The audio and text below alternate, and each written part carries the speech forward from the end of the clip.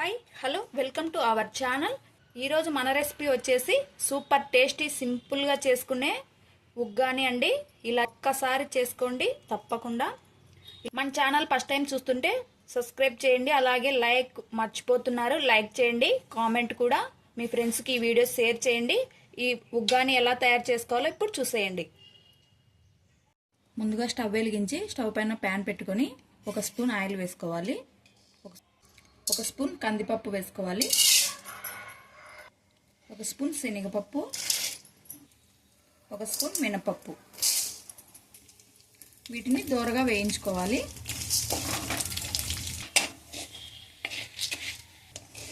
ఈ పప్పులు వేగాయి. ఇప్పుడు స్టవ్ ఆపేసుకొని ప్లేట్లోకి తీసుకోవాలి. ఇవి కొద్దిగా చల్లారాలి. ఇప్పుడు ఒక గిన్నెలో మంచినీళ్ళని తీసుకొని ఈ బొరుగులు ఇందులో వేసుకోవాలి. అన్ని బొరుగులు నీళ్ళల్లో మునిగేటట్లుగా ఇలాగా తడుపుకోవాలి. వెంటనే ఇప్పుడు ఈ నీళ్ళని ఇలా ఒత్తేసుకోవాలి. నీళ్ళు అనేది ఏమి ఉండొద్దండి, మొత్తం ఇలాగా ఒత్తేసుకోవాలి. ఇప్పుడు వీటిని ఒక ప్లేట్లోకి తీసుకోవాలి.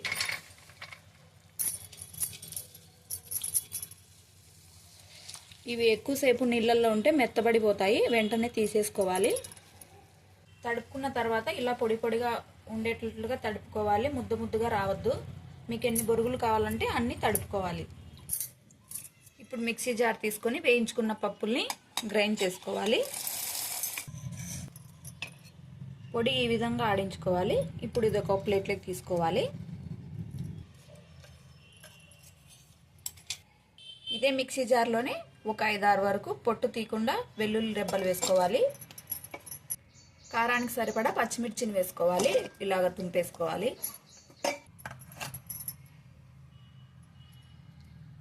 1/2 స్పూన్ జీలకర్ర వేసుకోవాలి. రుచికి సరిపడా ఉప్పు. కచ్చా పచ్చాగా గ్రైండ్ చేసుకోవాలి. ఈ మాదిరిగా ఆడించుకోవాలి. స్టవ్ వెలిగించుకొని ప్యాన్ పెట్టుకొని 3 స్పూన్ల ఆయిల్ వేసుకోవాలి. ఇప్పుడు పోపు దినుసులు వేసుకోవాలి. జీలకర్ర, ఆవాలు, శనగపప్పు, మినపప్పు. 1 ఎండుమిర్చి వేసుకోవాలి. సన్నగా కట్ చేసి పెట్టిన 1 ఉల్లిగడ్డను వేసుకోవాలి. ఉల్లిగడ్డ కొద్దిగా దూరగా వేయేంత వరకు ఫ్రై చేసుకోవాలి. కొద్దిగా కరివేపాకును వేసుకోవాలి.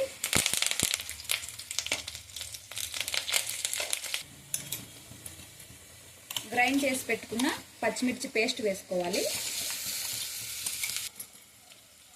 1/2 టీ స్పూన్ పసుపు వేసుకోవాలి. ఇప్పుడు ఒక 1/2 నిమిషం పాటు ఈ పేస్ట్ని వేయించుకోవాలి. ఇప్పుడు తడిపి పెట్టుకున్న బొరుగుల్ని వేసుకోవాలి.